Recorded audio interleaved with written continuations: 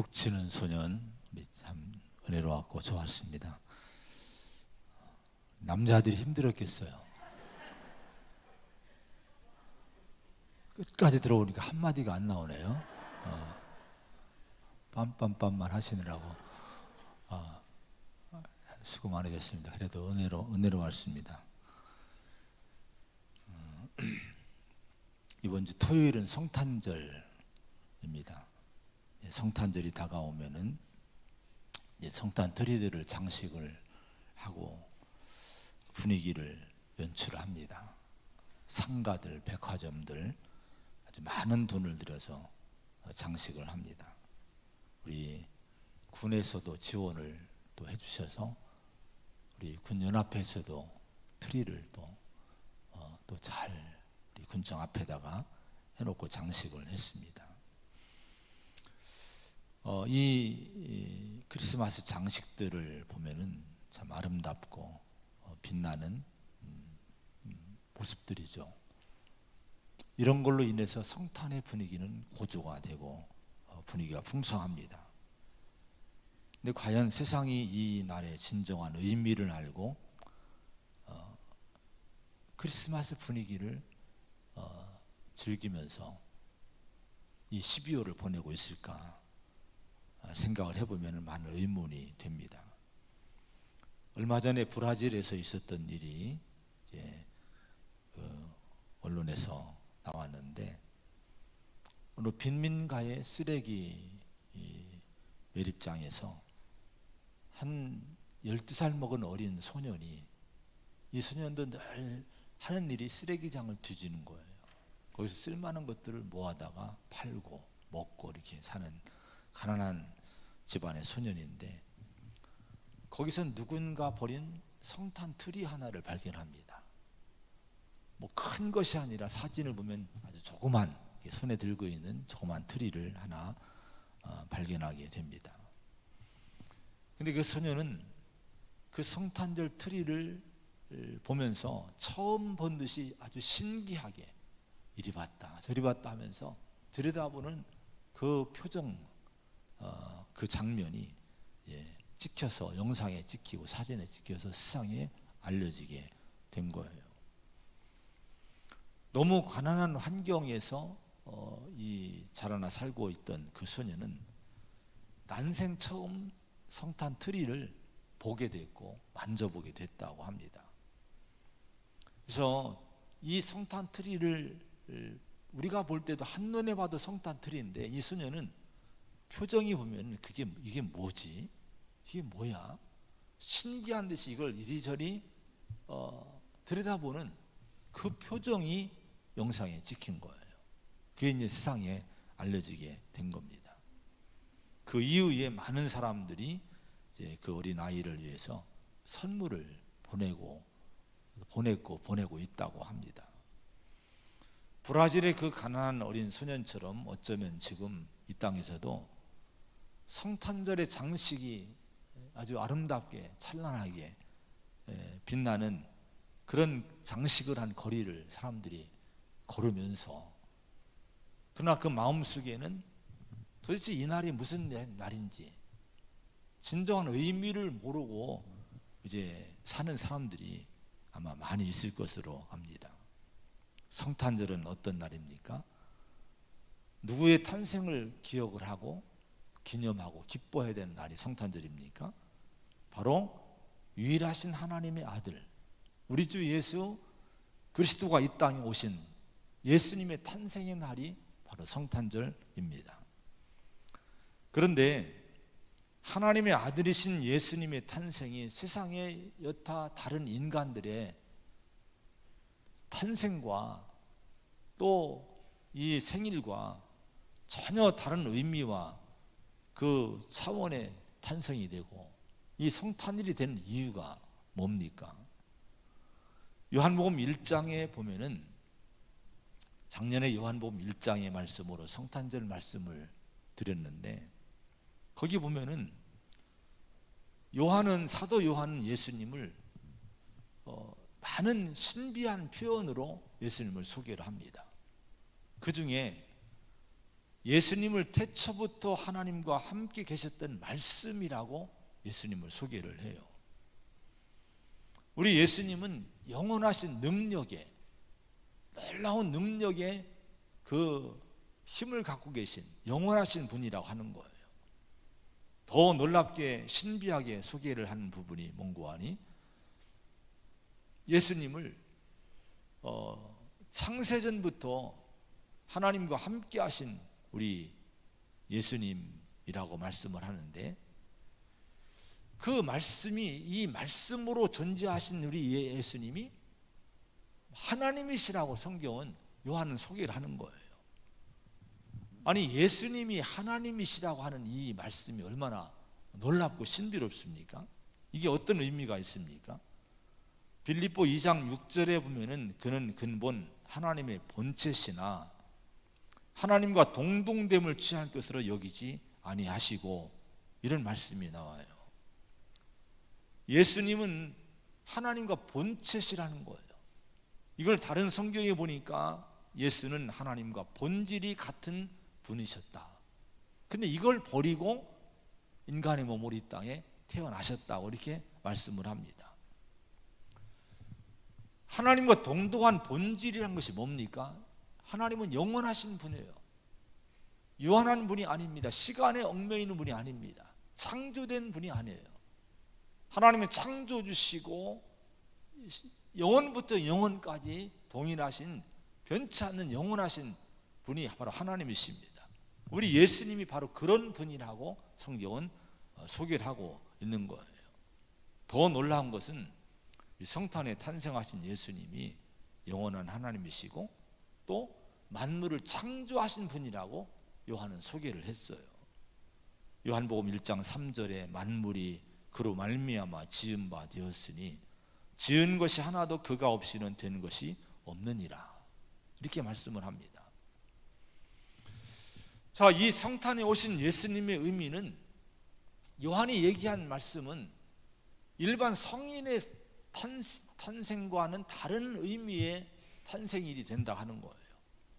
성탄에 오신 예수님의 탄생이 놀랍고 찬양해야 될 이유는 뭔고 하니, 아기의 모습으로 말구 위에 베들레헴에서 예수님이 탄생했지만은 그분이 누군고 하니 영원한 말씀, 능력으로서의 그 예수님이고 하나님 그분이시고 만물을 창조하신 분이라 하는 거예요. 그리고 그 안에 생명이 있었고 그분이 사람들의 빛이라고 요한은 소개를 했습니다. 자, 그러면 이렇게 놀라우신 하나님이신, 하나님의 아들이신 그분이 왜 무엇 때문에 이 세상에 탄생을 했을까요? 왜 그 하늘의 영광의 자리를 놓으시고 이 땅에 사람의 모습으로 예수님이 이 땅에 오셨습니까? 그 탄생해 주신 은혜가 뭡니까? 먼저 21절의 말씀을 한번 같이 보겠습니다. 21절입니다. 시작. 아들을 낳으리니 이름을 예수라 하라. 이는 그가 자기 백성을 그들의 죄에서 구원할 자이심이라 하니라. 자, 이 성탄절에 탄생하신 분이 누굽니까? 예수라 하라. 예수님이십니다. 근데 이 예수라고 하는 이 명칭, 이 이름은요, 히브리어로 여호수아와 동일한 그 이름입니다. 히브리어를 헬라어로, 그리스어로 번역한 이름이 예수로 번역이 되는 거예요. 이름의 뜻이 뭔가 하니 여호와는 구원이시다는 뜻입니다. 곧 이 성탄에 탄생하신 영원하신 창조자이신 하나님의 아들 예수님은 이 세상에 어떤 분으로 오셨습니까? 이 세상을 구원하시는 여호와 하나님의 은혜를 주시기 위해서, 하나님의 세상을 구원하시기 위해서 이분을, 이 예수님 보냈다는 거예요. 그럼 여러분, 하나님이 이 자기와 동등하신 아들 예수님을 이 땅에 세상의 구원자로 보냈는데 그 구원은 무엇으로부터의 구원을 얘기합니까? 인간을, 세상을 어디에서, 무엇에서 구원하려고 예수님 보내셨습니까? 거기 뭐라고 21절에 말씀하십니까? 그가 자기 백성을 그들의 뭐에서? 죄에서 구원할 자이심이라 하니라. 할렐루야. 바로 세상 사람들을 죄로부터 구원해 주시기 위해서 하나님이 예수님을 이 땅에 보내셨고, 예수님은 그 일을 위해서 이 땅에 탄생을 하셨다고 하는 거예요. 우리는 이 성탄 절기를 다시 올해 맞이하고 보내면서 이 성탄이 주시는, 세상에 주시는 메시지를 읽고 볼 줄 아는 성도가 돼야 돼요. 성탄절을 왜 주십니까? 예수님이 왜 영광의 자리를 놓으시고 이 땅에 탄생하셨습니까? 바로 세상의 죄 문제를 해결하려고 예수님이 오셨고, 이 성탄을 주시는 것은 우리의 죄, 세상의 죄의 문제를 고민을 하라는 거예요. 죄의 문제를 바라보고 그 죄를 벗어나라고, 예수님 의지하고 하나님 의지해서 죄 문제를 해결하고 죄를 벗어나라고 이 성탄절을 주시고 있는 거예요. 우리 성도는 세상을 볼 때 보이는 것으로 세상을 보면서 판단하면 안 됩니다. 지금 육신의 눈으로 보는 세상은 아름답고 풍요하고 살기 좋고 뭐 그런 세상이에요. 참 재미있는 세상입니다. 그런데 하나님이 보시는 세상은 어떤 세상입니까? 인간은 어떤 인간입니까? 에베소 2장에 보면은 허물과 죄로 죽은 그런 세상이라고 말씀을 하십니다. 무엇보다 공중의 권세 잡은 자를 따랐으니 곧 지금 불순종의 아들들 가운데 역사하는 영이라. 성경은 그렇게 세상을 얘기를 해요. 공중 권세 잡은 자가 뭡니까? 사탄 마귀가, 어둠의 권세가 세상을 영향을 주고 있다는 거예요. 여러분, 그 마귀로 인해서 영향받는 세상의 모습은 하나님께 불순종한다는 거예요. 지금 세상은 전부 하나님을 향해 불순종해 하나님을 대적하는 모습으로 달려가고 있음을, 우리는 믿음의 사람들은 그 영적 모습을 봐야 돼요. 이 나라, 이 세상이 좋다, 이 나라가 좋다, 이렇게 보면 안 돼요. 하나님의 눈으로, 하나님 마음으로 세상을 읽을 수 있어야 됩니다. 이 불순종이 어떤 모습으로 나타납니까? 구체적으로 에베소 2장 3절에 보면 육체의 욕심을 따라 지내며 육체와 마음에 원하는 것을 하여 본질상 진노의 자녀라는 말씀이 나와요.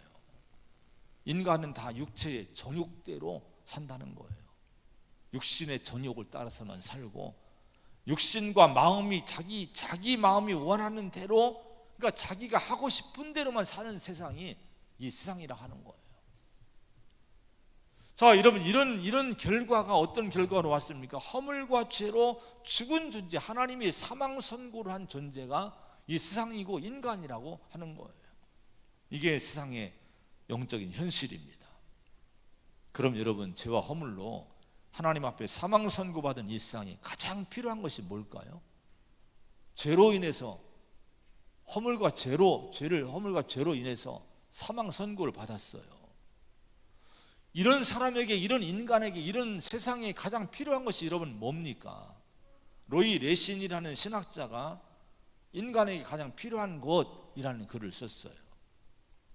거기 보면 이렇게 그분이 글을 남겼습니다. 인간에게 가장 필요한 것이 지식이었다면 하나님 우리에게 교육가를 보내셨을 것이다. 인간에게 가장 필요한 것이 건강이었다면 하나님 우리에게 의사를 보내셨을 것이다. 인간에게 가장 필요한 것이 돈이었다면 하나님 우리에게 사업가를 보내셨을 것이다. 인간에게 가장 필요한 것이 즐거움이었다면 하나님 우리에게 연예인을 보내셨을 것이다. 그러나 인간에게 가장 필요한 것은 죄사함이었다. 그래서 하나님 우리에게 구세주를, 죄에서 구원할 구세주를 보내주신 것이다.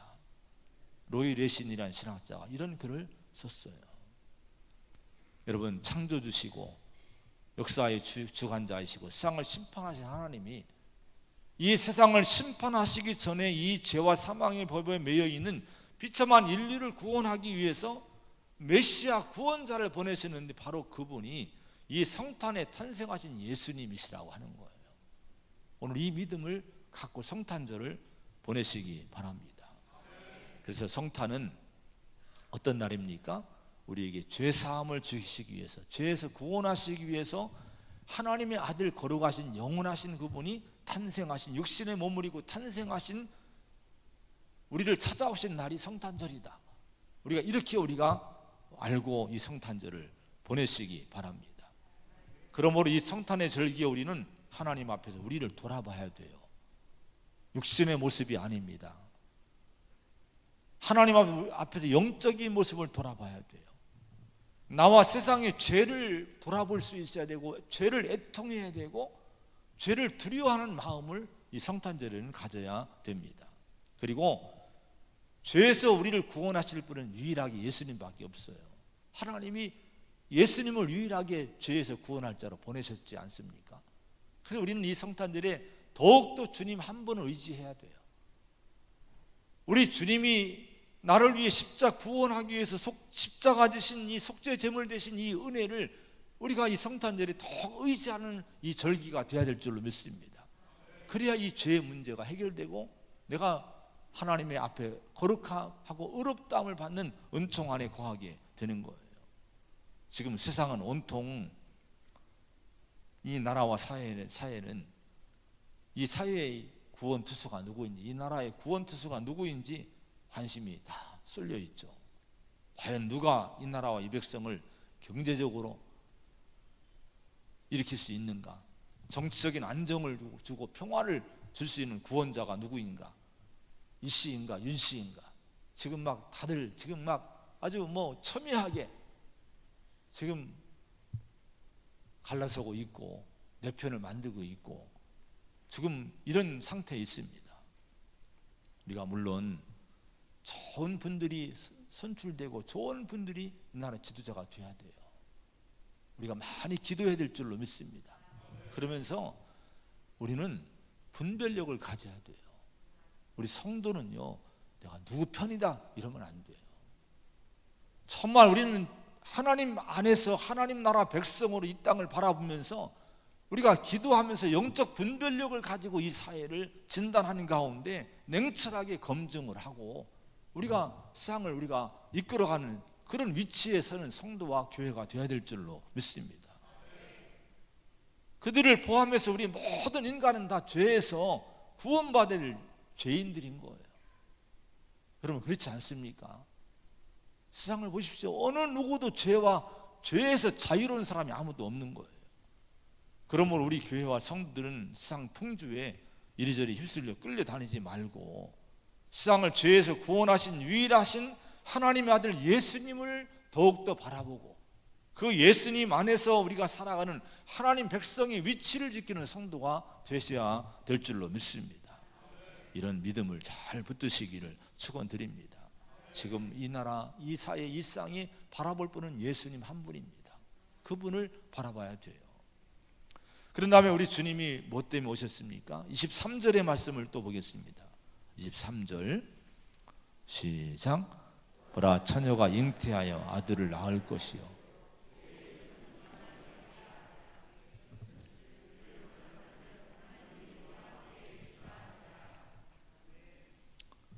그의 이름은 임마누엘이라 하리라. 자, 이 성탄에 탄생하신 예수님의 또 다른 이름은 뭐예요? 임마누엘이라는 이름이 이미 예언이 되어 있어요. 임마누엘은 하나님이 우리와 함께 하시다는 뜻입니다. 자, 여러분 영원하신 하나님의 아들이 하늘 보좌를 떠나서 이 땅에 탄생하신 이유는 뭡니까? 우리와 함께 해주시면서 우리의 죄 문제를 해결해 주시고 우리를 어렵게 살도록 이 땅에 하나님 백성으로 살도록 돕기 위해서 우리와 함께 하시기 위해서 우리 주님이 이 땅에 오셨다고 하는 거예요. 성경에 계시된 하나님의 은혜 중에 가장 감격스럽고 우리 힘이 되고 용기를 주는 여러분 그런 것이 뭡니까? 창조주이신 영원하신 그 하나님께서 자기 백성과 함께 하신다는 거예요. 우리가 언제 힘이 나요? 언제 용기가 생깁니까? 하나님이 나와 함께 하신다는 믿음이 생기면요 어떤 환경과 어떤 조건 어떤 자리에 있어도 우리는 용기를 회복할 수 있어요. 힘을 낼 수 있는 거예요. 근데 오늘 성탄에 여러분 탄생하신 예수님은 왜 오셨는가 하니 우리와 함께 하시기 위해서 하나님이 이분을 보내셨다는 거예요. 성탄절을 맞이합니까? 여러분 이 절기를 믿음으로 보내십니까? 주님이 우리와 함께 하시면 믿는 믿음이 우리 가운데 있어야 될 줄로 믿습니다. 창세기 28장에 보면은 야곱이 형의 살해 위협을 피해서 하란 땅으로 도망을 갑니다. 도망가다가 베델에서 들판에서 누워 잠을 자는데 꿈속에 하나님이 이 야곱을 만나 주셔요. 그리고 하나님이 이 야곱에게 뭐라고 얘기를 하는 거 아니? 내가 너와 함께 있어 내가 어디로 가든지 너를 지키며 너를 이끌어 이 땅으로 돌아오게 할지라. 내가 내게 허락한 것을 다 이루기까지 너를 떠나지 아니하리라. 이런 말씀을 주시는 거예요.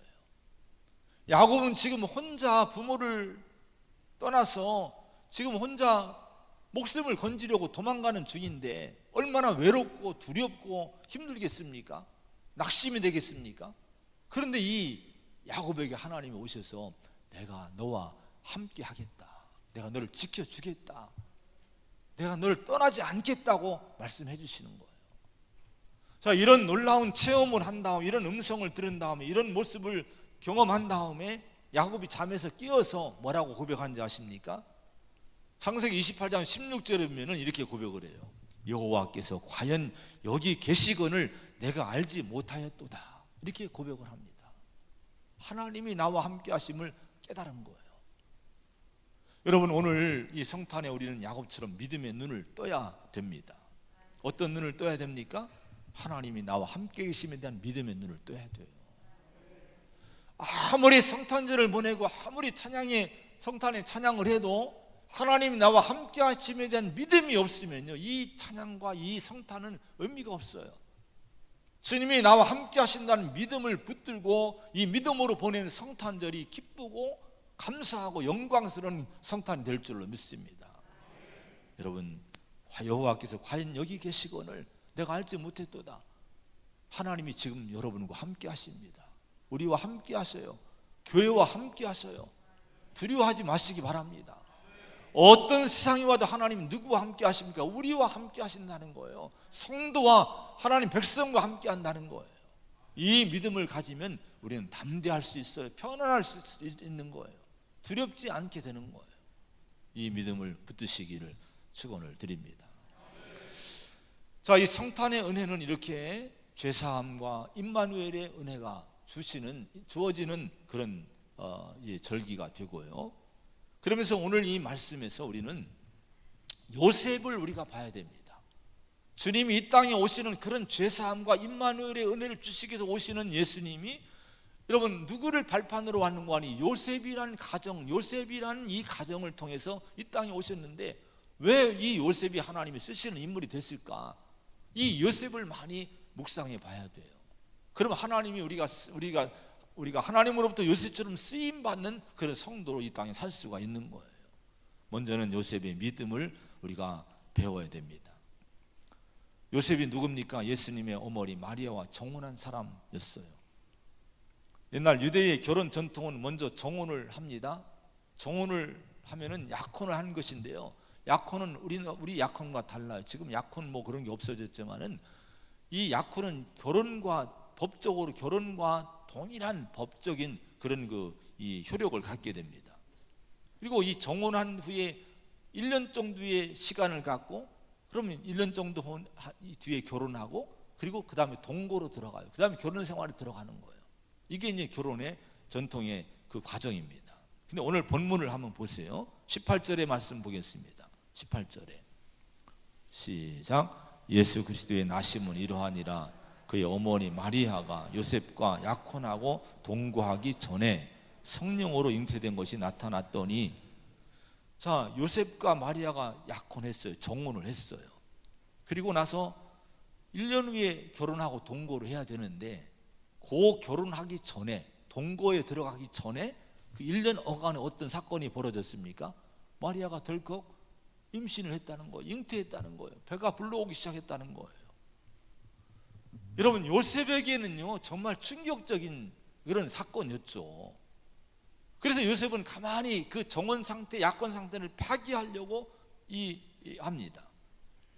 이제 끝내려고 하는 거예요. 근데 20절에 보면 그때 주의 사자가 현몽해서 이 요셉에게 얘기를 해주는 거예요. 요셉아 하면서 그 왜 이 마리아가 네 약혼자가 어떤 과정으로 잉태를 했는지, 성령으로 잉태를 했고 하나님이 잉태를 시켰고, 그리고 이 나실 이는 예수라는 분인 예수인데 죄에서 구원할 자가 오늘 탄생할 거다. 임마누엘이신 그분이 탄생할 거다라는 이 신비한 말씀을 주시는 거예요. 자, 이런 천사의 가르침에 요셉은 어떻게 응답을 했습니까? 그런 일이 어디 있어요? 나 몰라야 하면서 여러분 내팽개쳤습니까? 그렇지 않아요. 24절의 말씀 보면 요셉이 잠에서 깨어 일어나 주의 사자의 분부대로 행하여 그의 아내를 데려왔다고 얘기합니다. 이게 무슨 얘기예요? 그것은 천사가 가르친 진리, 하나님의 구원의 계획에 대한 진리를 요셉이 믿었다는 거예요. 믿음으로 그 마리아를 데려오게 된 거예요. 자, 이 성탄에 우리 안에 성탄해 주시는 모든 진리와 성경의 진리에 대한 믿음이 더욱 뜨겁게 우리 마음에 임하는 축복이 있기를 축원을 드립니다. 진정한 성탄의 은혜는 믿음으로 누려지는 거예요.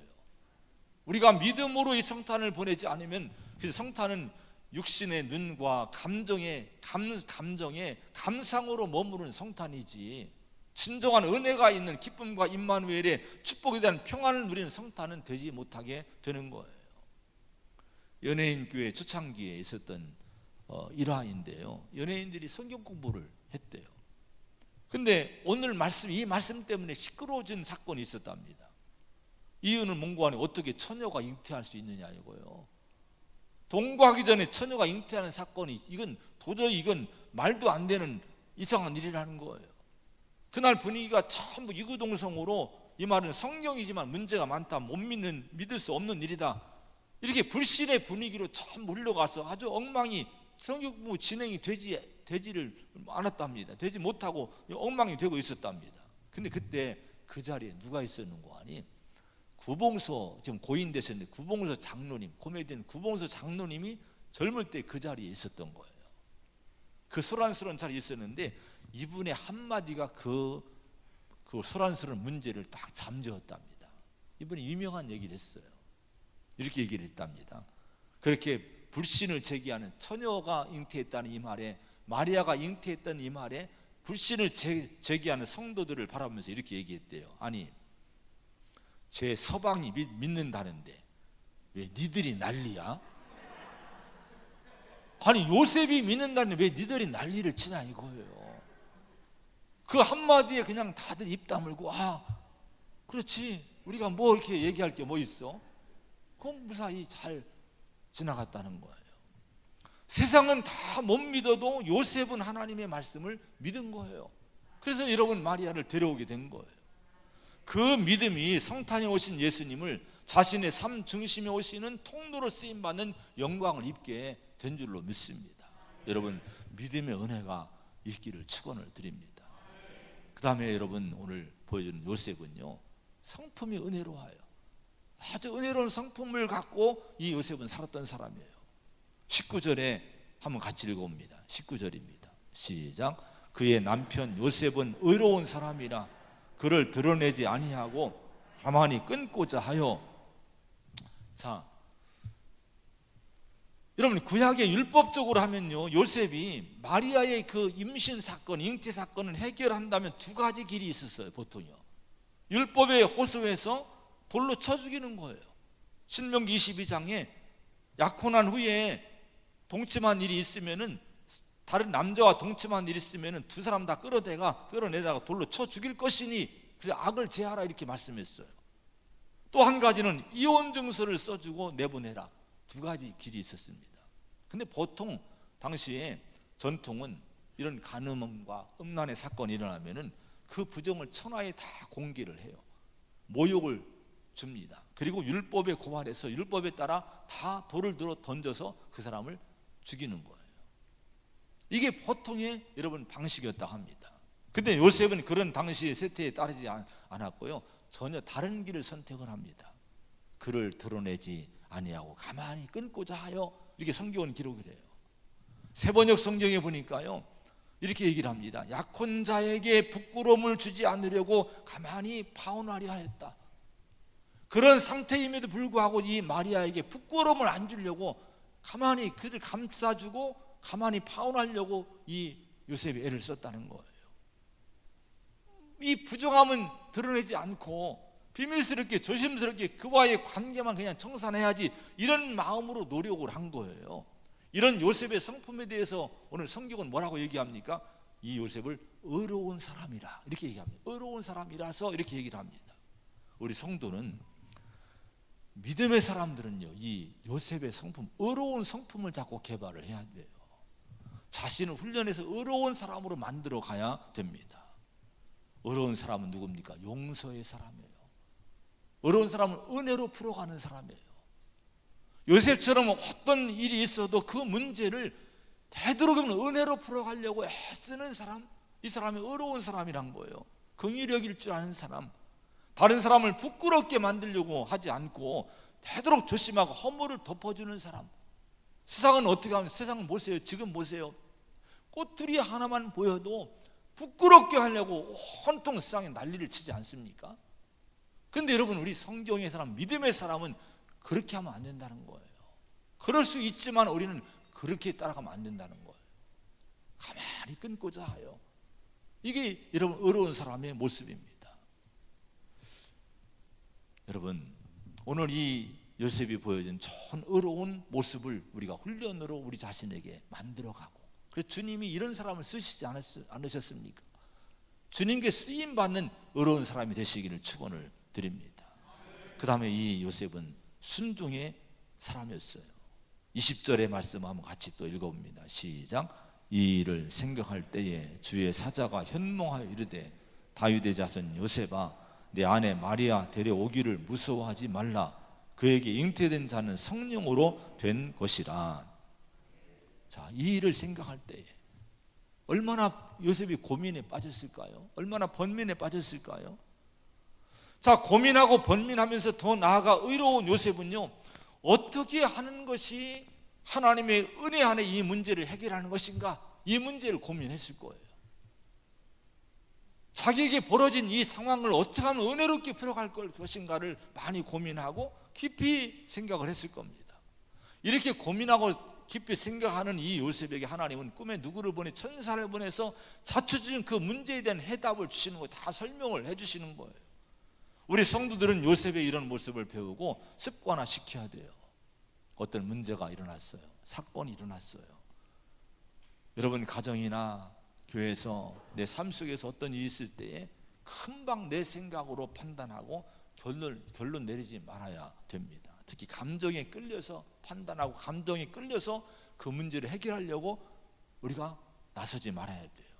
성도는 깊이 생각하는 시간을 가져야 돼요. 여러분, 고민하는 시간을 가져야 돼요.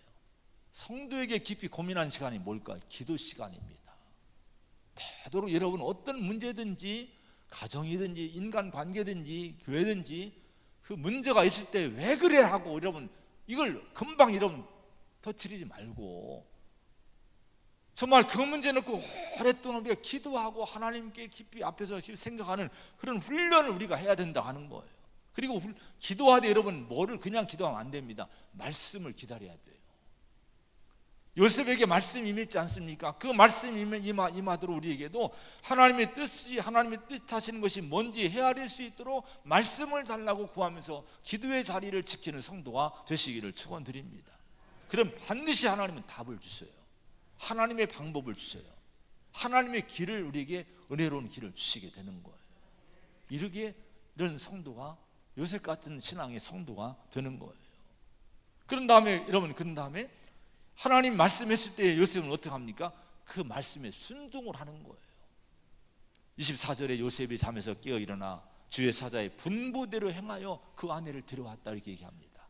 순종의 사람이 됐다는 거예요. 문제는 우리가 순종의 자리를 잘 안 나가요. 기도까지 할 수도 있어요. 고민도 합니다. 하나님이 뭔가 방법도, 영적인 길, 영적인 방법도 제시를 해줍니다. 근데 문제는 우리가 거기에 헌신하지, 거기에 순종하지 않는 것이 문제라는 거예요. 왜냐하면 내 뜻과 생각과 다르기 때문에 순종하지 않는 거예요. 나는 이 길로 가고 싶은데, 이렇게 가고 싶은데 하나님 자꾸 저 길로 가라고 하는 거예요. 근데 이 길이 가고 싶지 않은 거예요. 그러니까 순종하지 못하고 머뭇거리든지 이 길로 그냥 가버리는 거예요. 근데 여러분, 그러면 아무 의미가 없어요. 우리 성도는요, 순종해야 돼요. 근데 이 요셉의 순종이 좋았겠습니까? 여러분, 힘든 순종입니다. 가문이나 가정이나 이웃들이요, 아니 결혼하기 전에 배부른 마리아를 데려온다는 거, 자기는 하나님의 천사로부터 얘기를 들었기 때문에 그 이유를 알기 때문에 다 이해가 되지만은 모르는 사람들은 뭐라고 손가락질 했겠어요.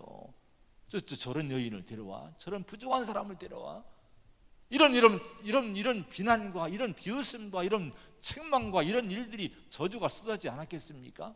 근데 그럼에도 불구하고 하나님의 뜻을 분명히 아는 다음에 요셉은 하나님의 뜻의 방향으로 순종하는 거예요. 그래서 요셉을 하나님이 쓰신 줄로 믿습니다. 여러분, 요즘 하나님께 순종하십니까? 이 성탄의 절기는 순종을 배우는 절기예요. 내 뜻은 일리 가고 싶지만 하나님이 이걸 원하신다면 그 길이 괴로워하고 힘들어도 그 길을 아멘하고 갈 때, 그때 하나님이 뭔가 나를 쓰시는 역사가 있을 줄로 믿습니다. 마지막으로 25절의 말씀을 읽습니다. 25절입니다. 시작. 아들을 낳기까지 동침하지 아니하더니. 자, 이 마리아를 데려왔습니다. 그런 다음에 그 예수님을 낳기까지 뭐하지 아니했다? 동침하지 아니했다, 이렇게 얘기를 해요. 이게 요셉의 거룩함을 보여주는 거예요. 이 아기가 보통 아기가 아닌 거예요. 예수님이신 거예요. 임마누엘에서 하나님이 오신다는 거예요. 이 말씀을 듣고 이 요셉은요, 공식적으로 마리아가 자기 아내가 됐지만은 여러분, 이 아내를 그 예수님이 탄생하시기까지 가까이 하지 않고 거룩함을 지키는 거예요. 동침하지 않았다고 하는 거예요. 여러분, 성별시키고 구별한 삶을 살았다 하는 거예요. 거룩함은 이 성탄에 오신 예수님의 은혜를 풍성하게 누리는 통로가 거룩함입니다. 예수님이 이 성탄에 오신 이유가 우리를 죄에서 구원하기 위해서 오셨지 않습니까? 그래서 우리는 죄 사함 받고 하나님의 자녀가, 거룩한 자녀가 됐어요. 그러면 여러분, 죄에서 구원받은 하나님의 자녀들에게 성경은 하나님 뭐라고 요구하시는지 아십니까? 베드로전서 1장 15절부터 보면은 오직 너희를 부르신 거룩한 이처럼 너희도 모든 행실에 거룩한 자가 되라. 너희가 나그네로 있을 때를 두려움으로 지내라, 이렇게 말씀을 합니다. 나를 부르시고 나를 구원하신 우리 주님이 거룩하신 분이에요. 그래서 죄를 싫어하시기 때문에 죄 문제를 해결해 주신 거예요. 그러면 우리가 이제는 우리도 행실에서 거룩한 삶을 살아야 된다는 거예요. 구별할 줄 알아야 된다는 거예요. 성별할 수 있어야 된다는 거예요. 절제할 수 있어야 된다는 거예요. 두려움으로 보내라는 것이 뭡니까? 죄를 두려워하는 거예요. 하나님의 백성, 하나님의 자녀로서 내가 죄 짓지 않도록, 이 죄는 얼마나 무서운 겁니까? 여러분, 죄는 얼마나 비참한 것입니까? 이런 죄를 짓지 않도록 여러 가지 많은 죄들이 있는데, 이런 죄들을 내가 분별하고 우리 나를 성별시키는 거룩함을 갖고 살라고 우리 주님은, 하나님은 요구하시고 있습니다. 세상은 이제 거룩함이나 성결함이란 단어가 주는 참된 인간의 모습을 추구하는 의지를 잃어버렸어요. 세상은요, 이제는요, 이 세상은요, 거룩함, 성별 의미가 없어진 세상이 돼버리고 말았습니다. 거룩함을 요구하는 하나님, 성결함을 빛나는 영혼의 모습으로 가르치는 하나님의 음성이 들리지 않는 영적인 혼미함, 정신의 부패가 이미 진행된 세상을 우리는 지금 살고 있는 거예요. 그래서 이 세상은 어두운 세상이라고 성경은 진단하고 있는 겁니다. 그런데 안타까운 것은요, 우리가 성도조차도, 교회조차도 여러분, 이 거룩함, 성결함이란 가치라는 가치를 잃고 우리가 살고 있는 그런 모습을 본다고 하면은 얼마나 이건 비참한 여러분 일이겠습니까? 머리칼을 잃은 삼손이 하나님의 신 능력을 잃고 블레셋의 포로가 되지 않았습니까? 이와 마찬가지로 여러분, 거룩함은 능력인 거예요. 성교의 능력은 거룩함이 있습니다. 여러분, 거룩함을 잃은 성도나 교회는 세상의 포로가 됩니다. 마귀의 포로가 돼버려요. 무력하게 끌려갈 수밖에 없는 거예요. 우리가 죄를 지면요, 우리 인생에 담이 뚫리는 거래요. 벽이 뚫리는 거래요. 그 뚫린 벽으로 도둑이 들어오고 마귀가 밀물이 들어오게 되는 거예요. 나를 지키는 것은 이 거룩함입니다. 성별된 모습입니다. 이런 죄악된 세상의 죄악됨을 선포하시면서 죄에서의 구원을 위해 오신 예수님은 누구를 발판으로 오셨습니까? 이런 거룩한 요셉의 삶을 발판으로 이 세상의 문을 두드리신 거예요. 우리가 이 성탄이 주시는 구원과 임마누엘의 은혜를 세상에 전하는 능력의 은혜의 통로가 되려면 무엇보다도 거룩한 교회, 거룩한 성도가 되어야 될 줄로 믿습니다. 우리 삶을 구별할 수 있는 우리가 되기를 바랍니다. 요셉처럼 믿음의 사람, 용서함의 좋은 성품, 순종과 거룩함으로 성탄을 맞이할 수 있는 우리 교회가 되기를 축원합니다. 기도하겠습니다. 하나님 아버지, 다시 또 성탄을 우리가 맞이합니다. 성탄의 절기를 또 올해도 보냅니다. 다시 우리가 맞이하는 성탄을 그냥 감상적으로만 보내지 말고, 분주하게 행사를 함으로만 보내지 말고, 이 성탄이 주신 은혜가 뭔지 깊이 묵상하고 이 은혜를 누리며 보내야 될 줄로 믿습니다. 죄사함의 은혜를, 나와 함께 하시는, 나와 동행하시는 하나님의 은혜를 믿음으로 풍성히 누릴 수 있는 저희가 되게 하여 주옵소서. 우리 주님의 탄생을 믿음으로 맞이하기 원합니다. 또한 요셉처럼 좋은 은혜로운 성품 가지고 하나님 아버지 용서하고 덮어주고 허물을 가려주는 좋은 성품의 모습으로 성탄을 맞이하게 하여 주옵소서. 순종이 필요합니다. 거룩함이 필요합니다. 하나님 이 능력을 주시기 원합니다. 순종의 능력, 거룩함의 능력을 교회에 주시고 우리 성도에게 주셔서 이 성탄이 진정한 성탄다운 이 절기가 되게 하여 주시옵소서. 예수님의 이름으로 간절히 기도하옵나이다. 아멘.